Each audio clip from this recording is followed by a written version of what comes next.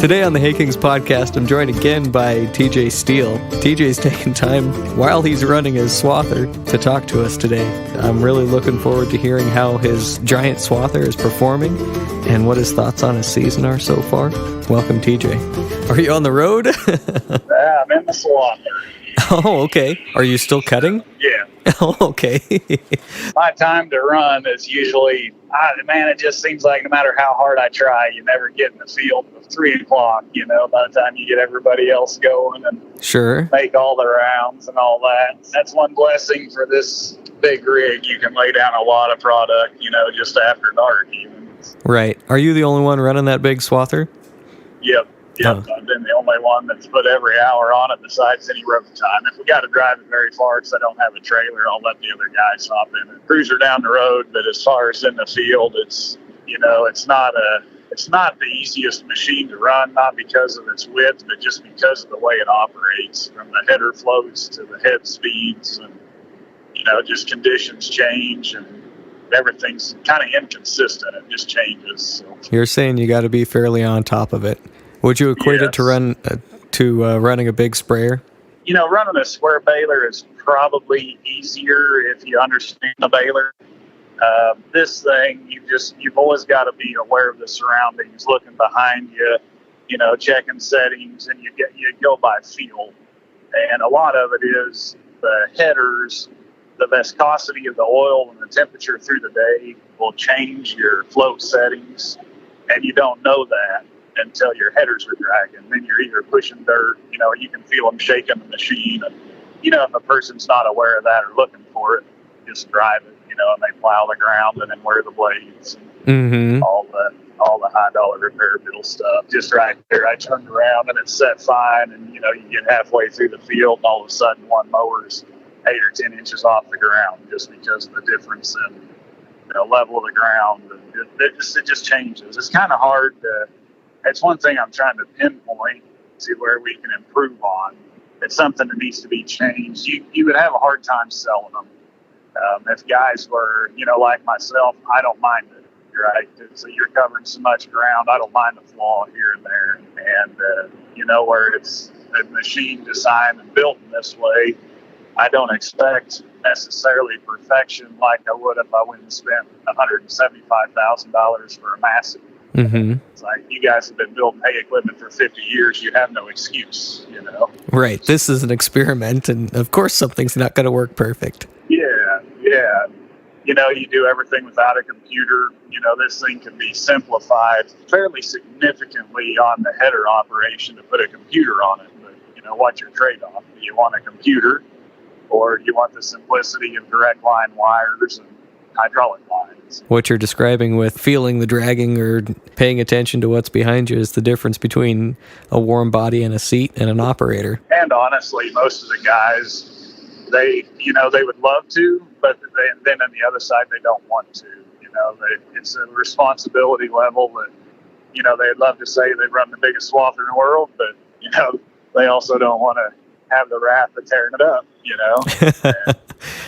like I tell them, it's very important that you just catch things before it's catastrophic because we depend on it.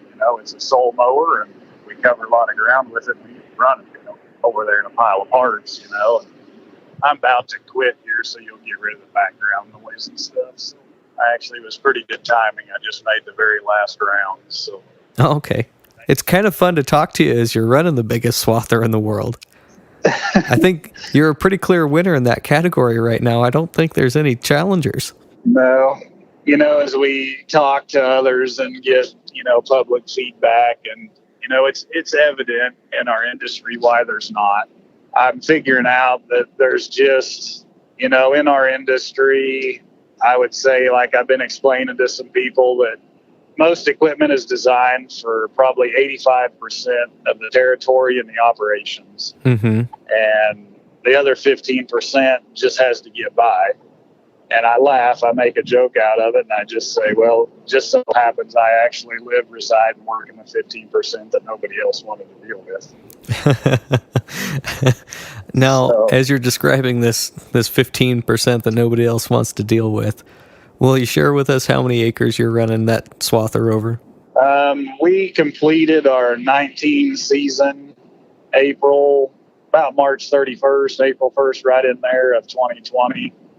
And I think we hit about between 17 and 20,000 acres. I don't have an acre counter on it. Of course, we didn't have the GPS last year, so I didn't have that ability. But I don't think we got to 20 in one season with it, but I know we cleared 15 pretty easily.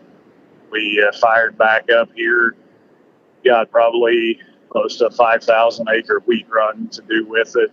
And then you just take each commodity as it comes to us and you just keep hammering forward. So. Now, this is basically 100% custom harvest, right? Yes. We share, we're hired to do the complete job on about 50% of the work. And then I usually will take that income and then reinvest it in the purchase of the product. And, we'll market it, we'll package it, you do all the same process. But I'm going to, market all that on my own. Even a lot of the big balers production, it's kind of split. Some people hire you to do the job, and then some people just buy our product that says, hey, we need 10,000 tons of this product, go find it, bale it, deliver it, grind it, and this is what we pay you for it. You're out there to make that deal make sense. Yeah. And I got to be the connection between the producer and, I'm the most producers do not want to have to deal with the communications, the connection, put the deal together. They just say, hey, here's the stuff, get it out of our way, and you're the guy for the job, do your thing, and give us our share. And they're happy with that. This 5,000 acre wheat run that you're on, is that hay or is that a silage product? So it's all hay. We, once in a while, will mow and rake ahead of a chopper, but not very often anymore. Those margins are pretty tight for guys, and it's pretty difficult to get in.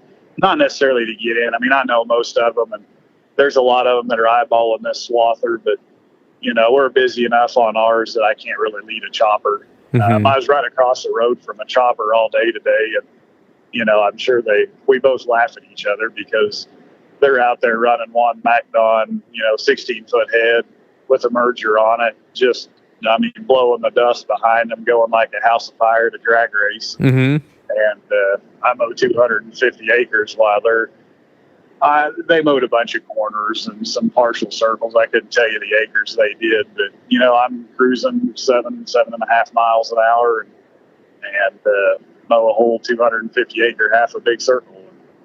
People really look when they're across the fence and 2 hours later you're far enough in they can't hardly see your line of hay, and it's like, what's this guy doing over here? Mm-hmm. So, honestly, I think this machine has probably turned our ability for profit around faster than anything that I have ever purchased in my entire life when it comes to the custom side of the hay business or the hay business in general. Any piece of equipment, most you and anybody that has listened to me, I've got a lot of beef with a lot of equipment.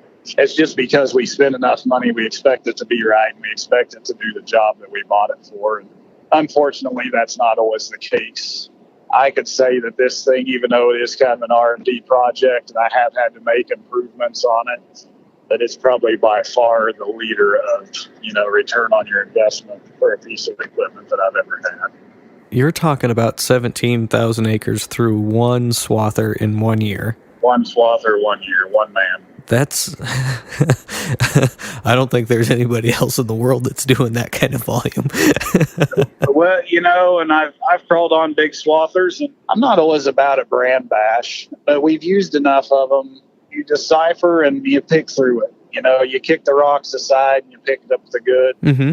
And we just got to a point where it's not that they were all bad, but there was just never enough of a profit of something good in a lot of it to really ever make it. No machine I've ever ran could have done what this one has, even as far as conditions. Mm-hmm. We're out here running in green wheat, and I'm over there running in corn stalks and, chest tall milo stalks. Mm-hmm. And it's not about the volume or necessarily its ability, but its adversity. Dirty conditions, I mean, it's awful. This thing is, we really ought to be running dual air cleaners on it. I mean, the conditions are just, they're terrible. And even in green wheat, I mean, you'll have a radiator full of dirt and dust, every few days. And there's just not many machines that can handle that kind of dirt without overheating, without just thrashing something.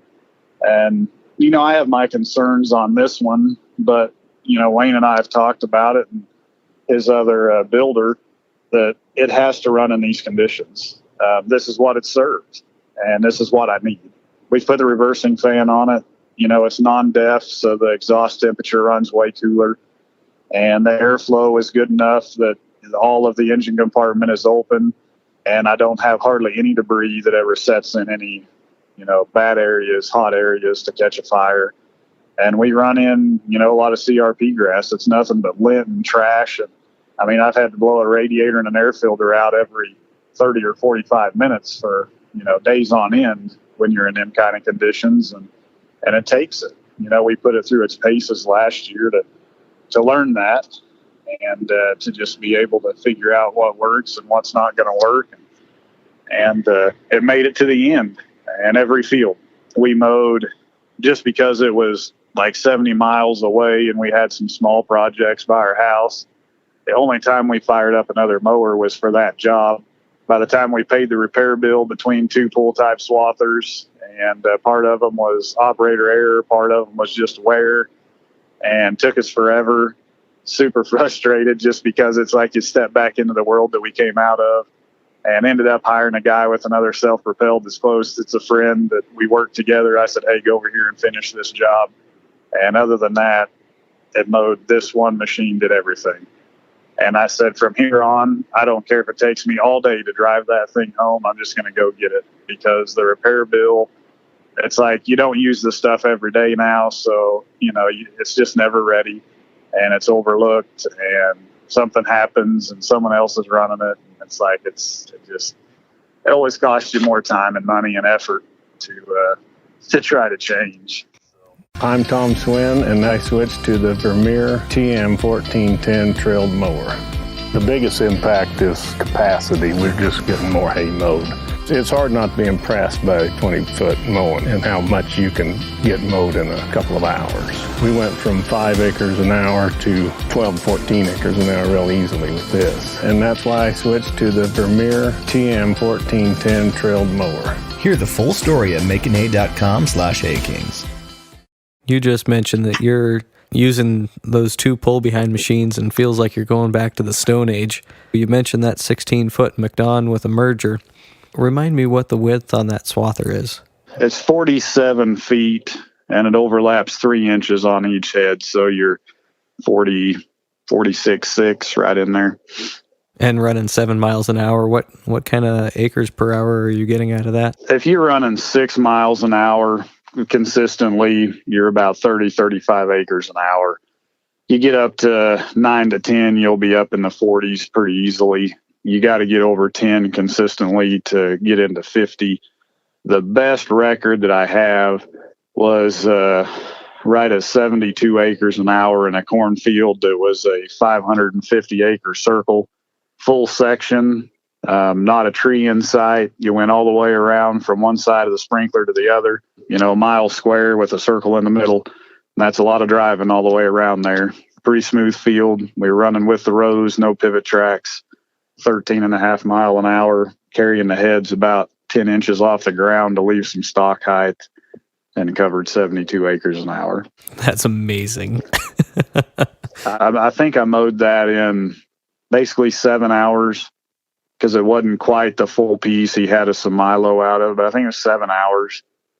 And they literally baled there with 2 3x4 conventional balers for over 7 days. Jeez. And they laugh because it's like, I can sit on the swather 2 days a week, and it takes 2 balers all week to ever catch you. And it's true, it's taken us to a whole different spectrum, and ability. And there's some downsides to it. We got to be really careful, like here in this green wheat. Wheat is hard to dry. and we run on irrigated and we run on dry land. And the dry land always dries faster. And when you start early, it's like, well, it has a mind of its own. And just say that we mowed the first field April 25th. And because of the maturity and the weather, it's like it will never be ready to bale till about the 10th of May. But it's funny, then you can go on the 8th of May and lay down another field and it'll be ready on the 11th or 12th. You know, it's like there's a certain point where you've got to get past that threshold, and then everything dries consistently. Mm-hmm. But, you know, we've just got to really take some management and some thought process and knowing the guys you run on. And, you know, you'll run an irrigated field and then you'll do a dry land. Then you'll run an irrigated and then you'll do a dry land so our balers can run consistently, or else you'll just back everything up. And we've got a terrible short window. I really enjoy wheat, but it is a booger to bale. It's like alfalfa. It's got to be dried clear out and then moisture back in it. And if you don't get the moisture in it, I mean, it just grinds the powder. It's horrible baling. I mean, it's a booger to do. And it's fun, you know, because it's nice and green, and we don't get to do much of that in this area, you know, but you earn it. I mean, it's all done at night. There's a camper over here sitting in the field behind me, and the boys will run the baler till you can't sit in the seat, and you crawl in the camper and you crash out till you can open your eyes, and you get up and you do it again. And then when it gets hot by mid-afternoon, you go home and you go to bed. But it's a tough old deal. You've got about 3 weeks to do all you can do. It makes the most sense. We run a draper head on a different machine as well on some light stuff. And it would make the most sense if we just, you know, open the throttle up on every mower, lay everything you can down, and then just hold your breath and bale it as it comes. But by the time you can mow so many more tons down than you can bale, and there's always somebody's hay that's too dry and you're never here and this guy's waiting to plant. It's a battle. I mean, you really have to be dedicated to it. And I mean, you got to understand the guys you're working for. And the first project goes to silage corn, so they're not planting corn if I'm there and I'm the holdup. And now, you know, you moved over here and now we're mowing 40 miles away from that one. And we bailed all night in one field to get him done because he was going to corn, and I didn't even go home. Sun come up and you just drive over to the other one and get in the stack truck and stack hay all afternoon until somebody else shows up, and then I can go home and go to bed. And still didn't go to bed because you had to work on a different baler, and I was up for about 39 hours straight. And there's a point in time where you just got to stop. But it's a brutal world. You know, it's just, there's got to be easier ways to do it. That's one thing that I'm dedicated to. You know, swather's a big part of it. The big baler's part of it, even though it doesn't fit in this season of our process. But guys show up here to go to work and you say, all right, you know, you're here at 8:00 in the morning and you better bring your supper and your breakfast because you're going to watch the sun come up. And they're like, who do you think you are? Are you serious? Like, do you really do this kind of stuff? You know, well, there's a camper over here at the end of the fields. When you get tired, just go to bed. Like, it's just foreign for most people's minds. And to understand the right now nature of all this stuff. Yes. I always describe it as it needs to be done yesterday, and I'm 3 days behind. Yeah, and in this deal, it's like you're already behind. We're always behind, and that's aggravating and very frustrating because I like to be caught up, and when somebody calls, you know, hey, we'll be right there. And most of the guys are patient if they know the job you do. You know, they'll wait on you, but there's a certain time where it's too long. I mean, the wheat gets mature enough, and it changes their feed value, and then, you know, and I'm the bad guy because I didn't get there. And I know enough that we get to a certain point, and I know I'm running out of time. And as the calls come in, you just say, hey, I can't get there. This is my time frame if all goes well, and no guarantees. If you want to wait. If you don't, then no offense to hire somebody else. And really, you'll still only lose about 50% of those jobs because they don't have a lot of options. And I would say it two ways that, you know, that leaves opportunity for other guys, but there are other guys, but some of them just don't cut it. They'll bid a job up or undercut somebody and they get in over their head and all of a sudden they, you know, can't get it done. And it's really frustrating because we make a living doing this. we know our cost. We know what it takes. And somebody comes in and cuts $5-10 out from underneath of it, and there ain't no way they make any money. But on paper, it looks like they do, you know. I've got to where anymore we've covered enough ground, and I don't have to prove nothing. We just are doing our job, just like anybody else that goes to town or goes to the office or whatever. We're just here to do our job, and we're going to do it with excellence. And I've got nothing to brag about. I've got nothing to prove. We're just doing our deal, and just really try to relax in that. And I think that really shows for guys too, that, you know, we just care about what we do. And, you know, my guys will tell you I'm kind of a little hard to work for, but I tell them that we do it with excellence. And if you can't, there ain't no reason to be here.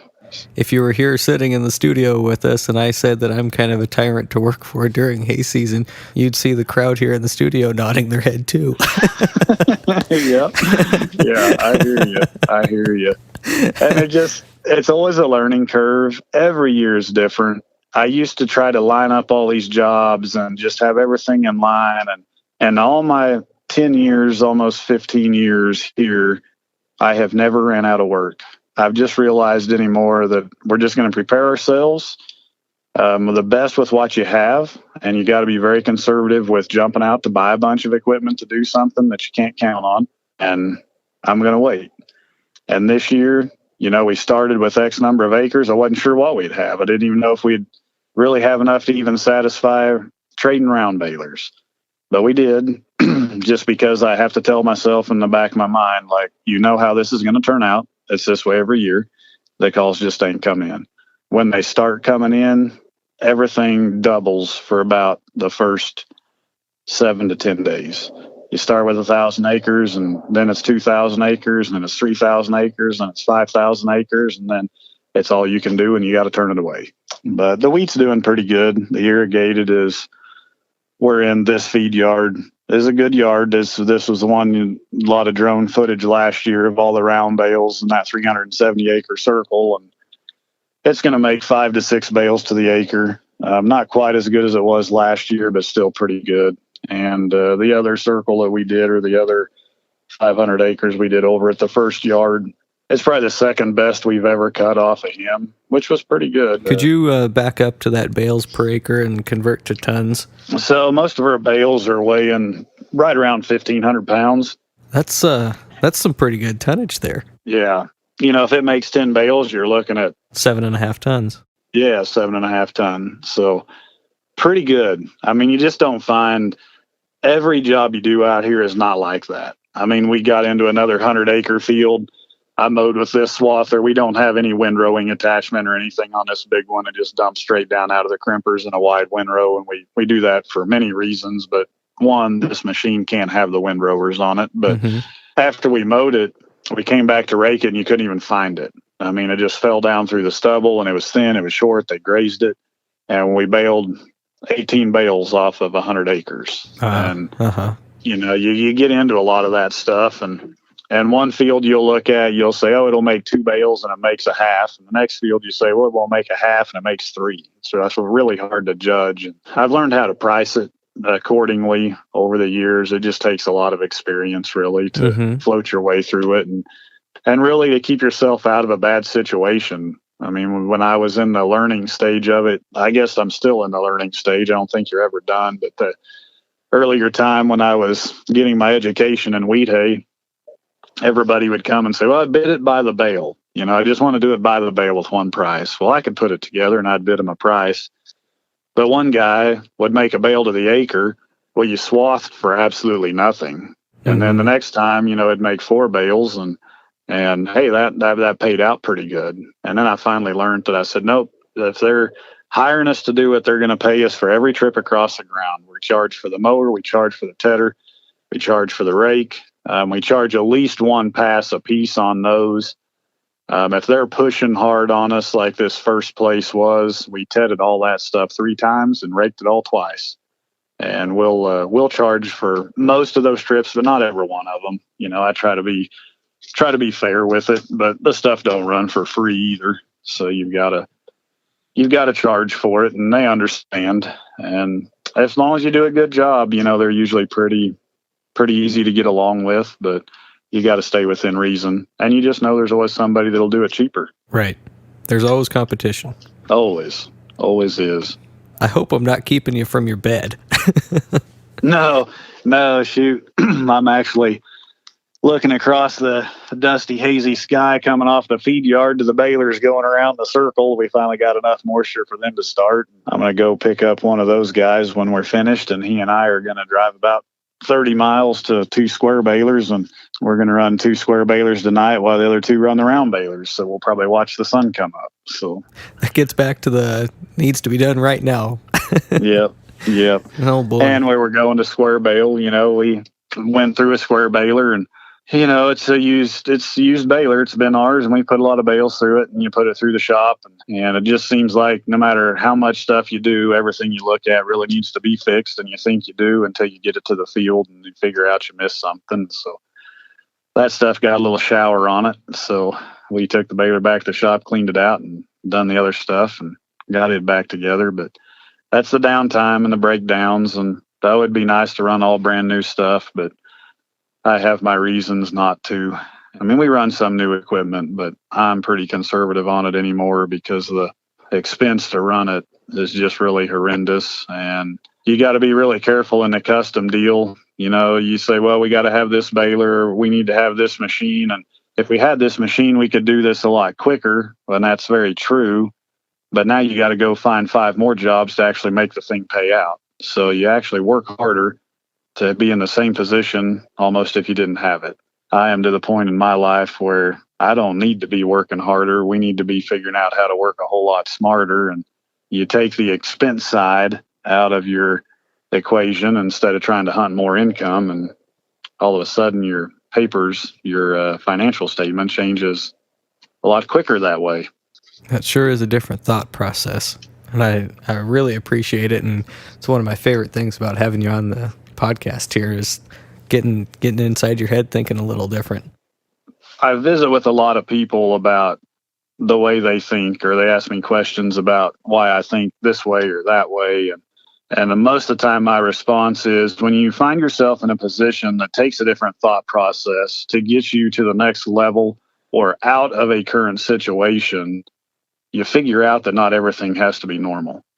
And you figure out that sometimes the way we do stuff, it's not that the way Granddad did it was wrong, as much as what I find is what we've walked into in the last 10 years maybe actually isn't paying as well. Or maybe, we're dropping pennies, trying to pick up less, or dropping dollars, picking up pennies. And you go through that thought process, and then you really look into what it takes. I know I've been taught and educated from some pretty large farmers that, the paperwork and your QuickBooks and all them reports, I mean, that's how you run an operation, and that's where your decisions should be based. And I think in a custom business in the hay industry, there's not enough of those that actually understand those numbers to where they can make wise decisions. And we end up chasing a theory and an idea and a dream that looks really good, and then we get there and can't figure out where the money went. But you spend it all on the way trying to get there, and that's very detrimental from a long-term perspective. When you're in the hay deal, and I go back to the machinery just because it is our number one expense. So any other business, you're going to look at your expenses and say, how do we control our highest, and are we efficient?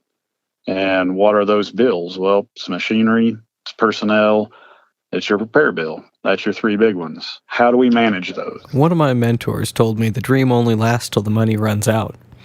Yeah. So I couldn't agree with that more. So if you have something that you're headed toward, even QuickBooks is a fairly simple software, having that as a baseline is pretty important. Yes.